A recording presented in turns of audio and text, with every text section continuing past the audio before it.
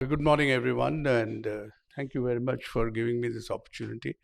I think we heard an excellent presentation giving an overview of what's happening in the world, what's happening in India, what is it that we are required to do, what is the scale of the problem.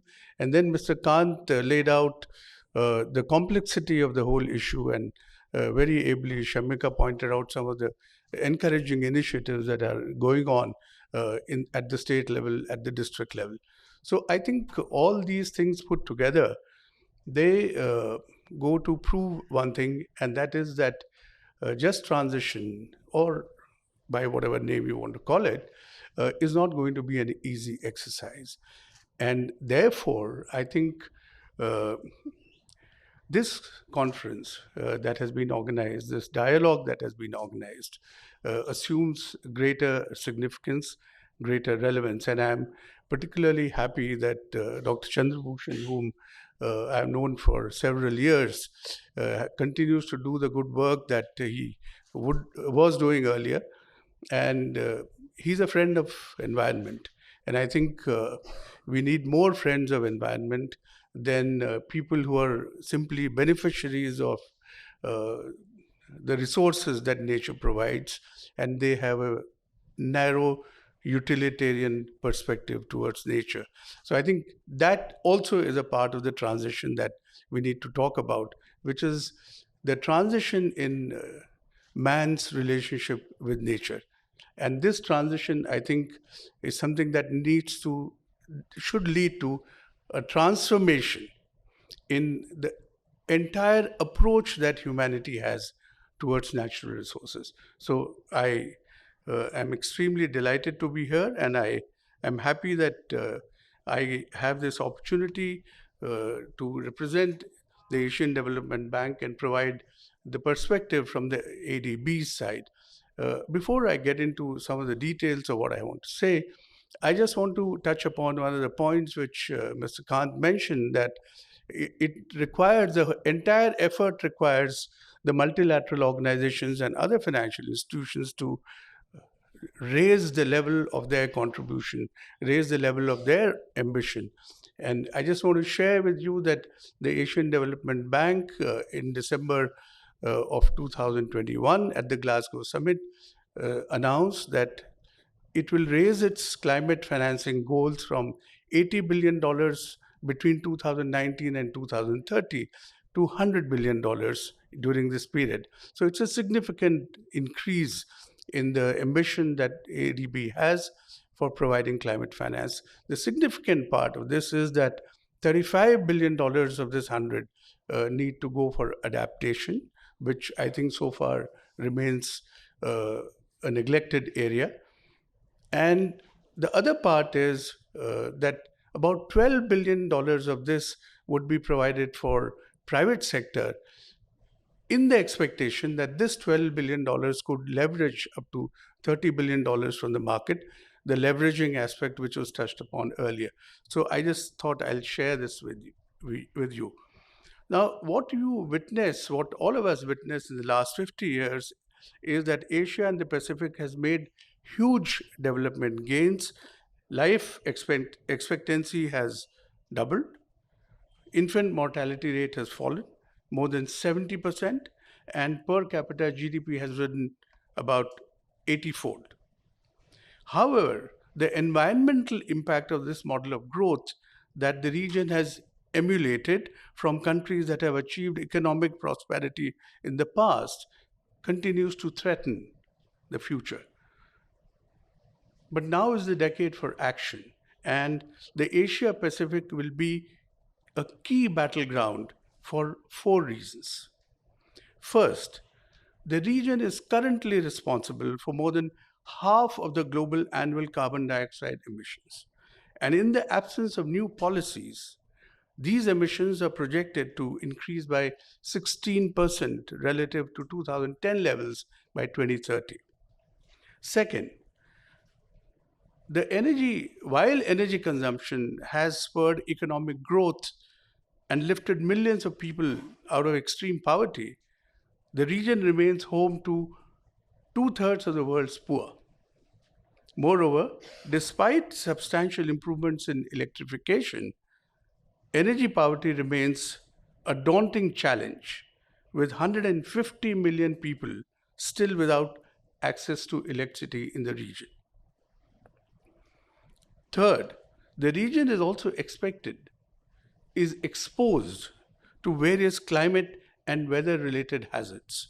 The unprecedented heat waves in India, tropical cyclones in the Philippines, floods in Bangladesh and Pakistan, and droughts across Central and South Asia are recent examples. And fourth, development gaps such as gender inequality, weak social protection, limited access to basic services also exacerbate the vulnerability. They also limit the capacity to adapt and consequently increase disaster risks. Between 1991 and 2020, disasters affected 5.6 billion people in the region and incurred over $1.5 trillion in physical and economic damages. Now, let's examine the positive trends. The cost of renewable energy and energy storage are coming down drastically, even if there is a scope for it to go down further. And soon we hope green hydrogen production technologies will be available at scale and at affordable prices. As countries embark on an energy transition at scale, they must contend with many challenges. These include access to affordable financing, lack of institutions that can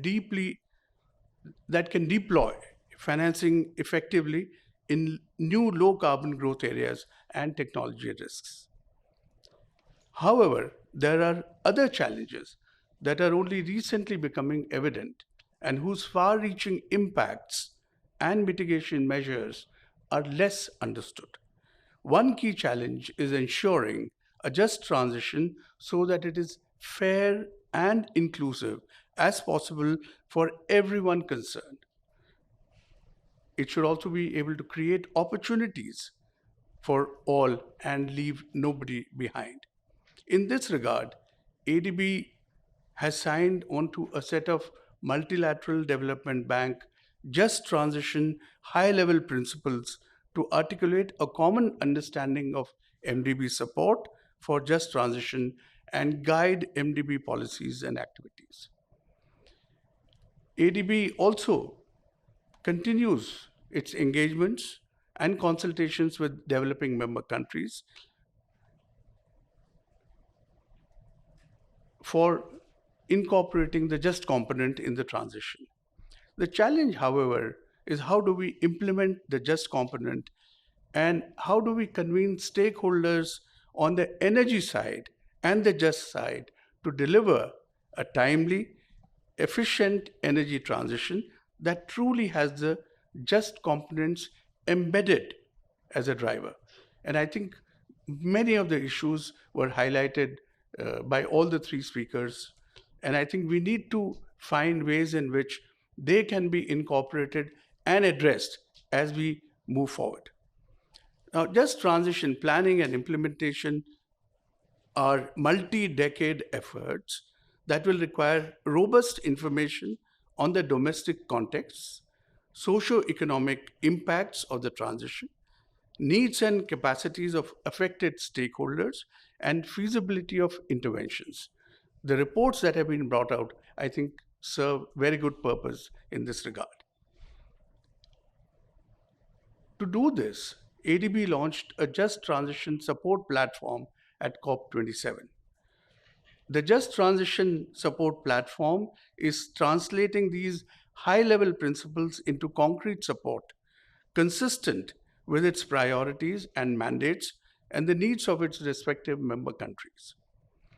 At COP26, ADB launched the Climate Action Catalyst Fund to support our DMCs to mobilize carbon finance through the purchase of internationally transferred mitigation outcomes or carbon credits.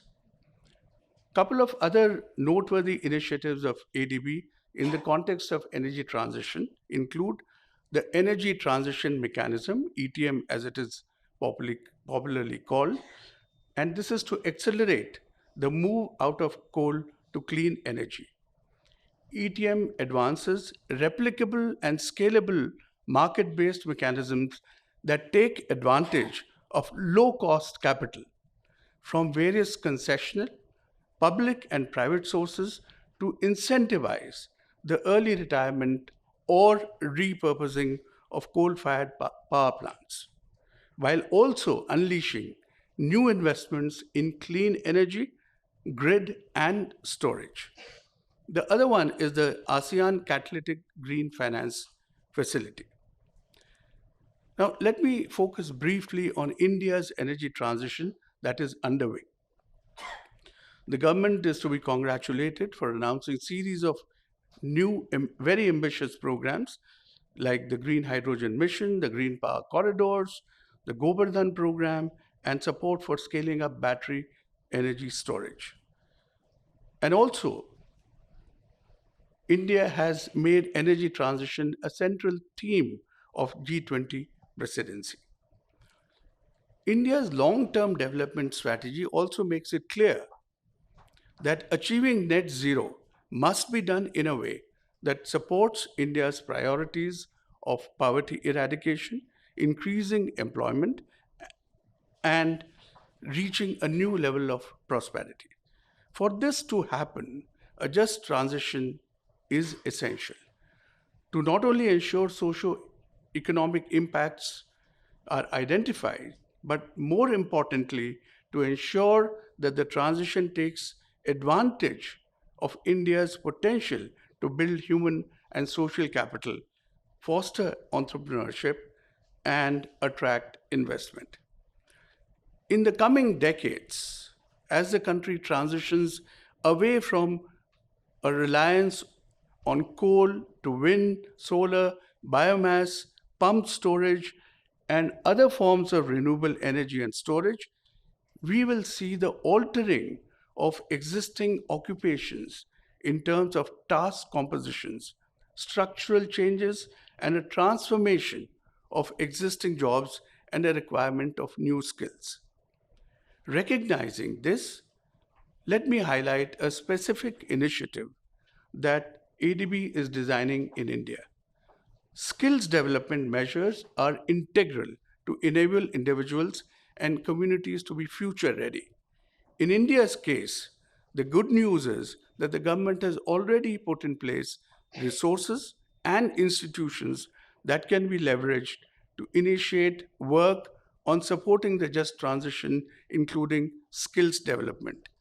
The DMF, which Chandrabhushan spoke about, was introduced in 2015 as a benefit sharing scheme with mining affected communities. Its utilization, in keeping with its objects and purpose, could contribute significantly to the human development of the affected families and upgrade their skill sets to equip them for benefiting from emerging employment opportunities. As a crucial element of its support for the country's energy transition, ADB is partnering with the Ministry of Skills Development and Entrepreneurship to develop a just transition worker support facility for coal mining reliant districts and states. The facility will provide a structured approach through physical and virtual means and integrate existing resources across skilling and reskilling, entrepreneurship, livelihood development, and relevant social protection initiatives to make available bespoke assistance. The states will have access to a one stop provider and curator of solutions for planning or implementation of skilling and livelihood programs. Through an effective skills development program, countries can ensure that they avoid creating an energy transition divide and instead ensure a just transition. Let me end by saying that ADB envisions a prosperous, inclusive, resilient, and sustainable Asia Pacific, and just transition is integral to realizing this vision. ADB is committed to just transition because it's the right thing to do. It is necessary for accelerating climate action, and it is also an opportunity to realize social goals such as decent work, poverty eradication, and gender equity. It is also strategic for ADB because enabling a just transition not only helps address physical climate risks and manage reputational risk, but it also makes business sense. I hope that you share my optimism in our collective ability to transform our societies and economies to be more just, equitable, resilient, and sustainable. I also hope that you are equally committed to ensuring that these transformations will not leave anyone behind, neither countries nor communities. Let me conclude by quoting the famous Indian saint Kabir, who said, "काल करे सो आज करे सो अब, पल में परलय होएगी, बहुरी करेगा कब." Which simply means what you have to do tomorrow, please do it today. What you have to do today, do it now, because you never know when the end will come. Unfortunately for us, climate change is not a catastrophe that will happen at a future appointed date after the world fails to meet its climate goals. It is a steady and visible threat enveloping us. It's a fight that must be fought on many fronts and continuously. The future is now. Just transition is a strategic approach that will allow us to keep gearing up as we continue to grow. And other than the 6 R's that Chandrabhushan mentioned, I think there is one more R which is at the heart of all this, and that is the resolve to act. And therefore, I look forward to the sessions and encourage all the delegates to actively participate in the dialogue to find constructive ways of moving forward. Thank you very much.